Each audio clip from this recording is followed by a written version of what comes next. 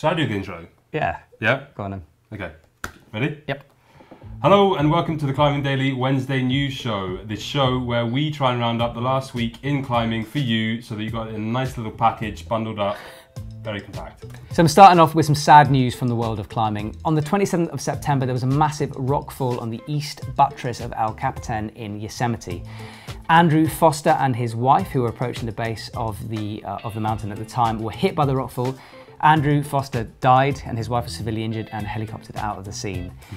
Rockfall like this isn't uncommon in Yosemite, but it does happen. Like, there was a massive one in 1996, 80,000 tons of rockfall happened. So our thoughts are with Andrew's family, and if you're climbing in Yosemite, please be very careful. On to other news, and it's basically been a bit of a send season at the moment around Europe and America actually. There's been a host of 8C boulders being sent. So I went on AEA.nu this morning and I found some 8C sending craziness. Gabriele Moroni, for a start, has sent his second 8C. He's repeated Nico, Ceres, Zikra and Gabi in Valladolid in Italy. It's a perfect horizontal roof with like 20 moves, so it's pretty mega. And then in Rocky Mountain National Park, so I'm just looking at my computer because that's where the info is, a fourth ascent of an 8C called Topaz by Sam Weir. His hardest route to date, before that, was in 2015 he's climbed an 8A, so he's jumped quite a few grades to get to 8C, so congrats Sam, that's awesome work. And then in Spain, in a cave just by Madrid, which is actually described as the Spanish Wheel of Life being a cave in Australia, Grampians, Beto Rocco Solano has climbed Trinity 8C, so congrats to Beto, nice one. And continuing with this sort of new route upping news, Alex Barrows has just put a new link line in at Raventor in the Peak District. Yep. I found this news on UKC. So basically it links, so there's a cave at Raventor, so it comes out of the cave, boulders out of the cave, and it continues up one of the routes to the top of the crag. There was some sort of dispute about which routes he linked together, so I don't want to say what they are because I might get slated on YouTube. So if you guys know the name of the routes that he linked, please comment below and clear that up for us. So it's graded at 9A. So can they just go on UKC and find out? They could also go on UKC and find out.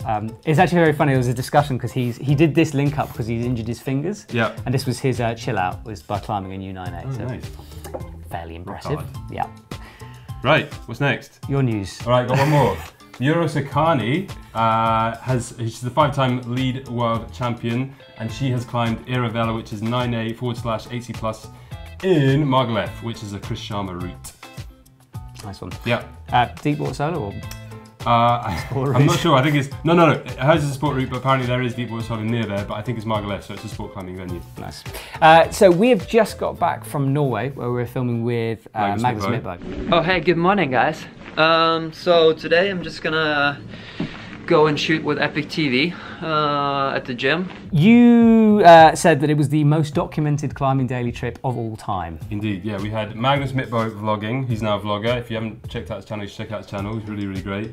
We had Mr. Matt Groom vlogging, and we had our EpicTV climbing daily cameras there as well, picking up some stuff. Now, to big you up a little bit here, you kind of called the climbing vlog revolution about a year ago, didn't you?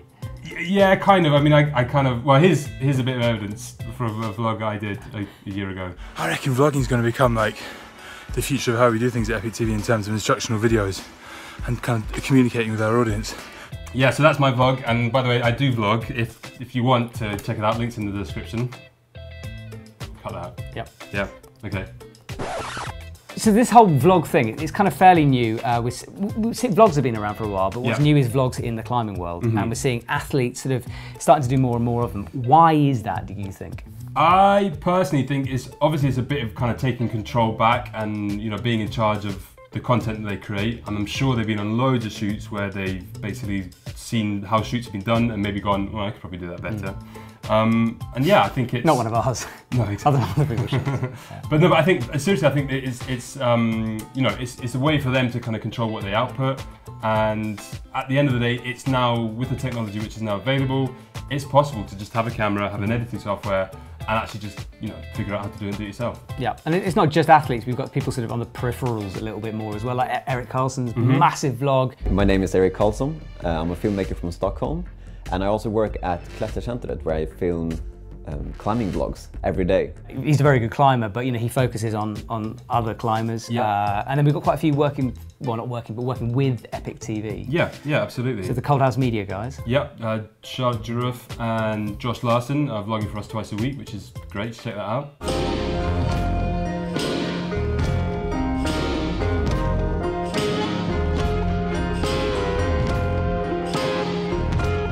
And then James Pearson and Callan Sivaldini have a YouTube channel where they vlog, which is brilliant as well. Came back from Japan a couple of days ago. Totally amazing trip. Amazing climbing, amazing people, amazing country. Not so amazing weather, but you can't always get what you want. Well worth checking out. We'll put all these links in the description below. But yeah, essentially all those guys are vlogging and they're doing it really well. So vlogs are coming in, people are sort of missing out the middleman. Is there still a place in climbing media for sort of a higher production, like really beautifully filmed videos? Yes, essentially yes, I think so. I think a lot of people are kind of concerned that maybe they that kind of work is kind of going, but at the end of the day, there's always going to be an appetite, I think, for like the kind of higher end stuff. And at the end of the day, it's all about story. And what the guys with vlogging cameras do really well, or the really good vloggers, they tell a really good story. And it's a very simple story of, I start my day here and I end it there, and in the middle I do some climbing kind of thing. But they're telling a story that is clear and makes sense. And actually, if you're working with high-end cameras and you're working with a high-end production, at the end of the day, you still want to tell a story, and it's all about storytelling. And the guys with high-end cameras can just make it look a little bit better. Maybe. Yeah, I think to me it's like this interesting sort of. Other sports have been doing this for quite a while. Like there's some amazing snowboarding films out there, biking, like all the big downhill mountain bike teams have this sort of thing going on. And I think it's making it personal, isn't it? It's just like you see a climber, you see them in the video, and it feels sometimes quite removed because they're climbing routes that you'd never climb, and in locations you could never go to. And the vlog just brings it back and makes it personal. So perhaps that's why it's got that appeal. Definitely. And I also think one last point. I think that kind of personality that kind of comes through. Definitely, when we spoke to Magnus, he was like, whenever I put stuff on Instagram, he doesn't care what people comment. When he gets people commenting on YouTube, if it's a negative one, he feels it. It's like he feels like it's him putting himself out there. So I think it's a brave step to start vlogging, and it really is. Like these guys, there's not that many people doing it because it's not easy. But the guys that are doing it and doing it well will reap the rewards for sure. Cool. Well, yeah, so check all those vlogs out. Make sure you come over to EpicTV because we're kind of pushing a lot of these at the moment. So if you want to come to one place, check all the climbing, video, vlog, action, come to us. Last bit of news about video. Check out latest release with Federica Mangola. She's got a video out on EpicTV, her climbing in Italy. It's amazing, beautiful climbing in a beautiful location. So yeah, well worth checking out.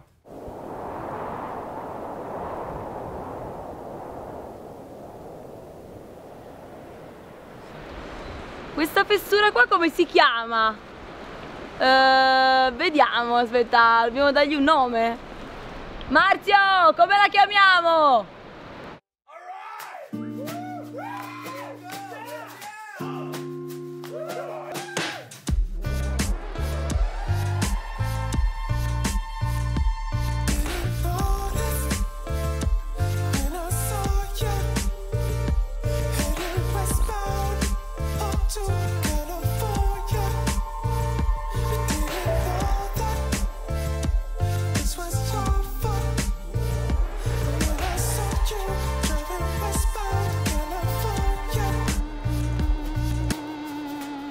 È il perfetto parco giochi per cercare linee da scalare in fessura. Sono per lo più fessure corte, brevi ma intense. So guys, thank you so much for watching. That's all we have time for today. And we're sort of trialing this new format, so comment, let us know what you think about it, if it works, if it doesn't work. Yeah, we're interested to hear your opinion. And there's one more vlog we didn't talk about. This guy's. So yeah, link in the description. And me. And where he turned the lights out. Put him back on.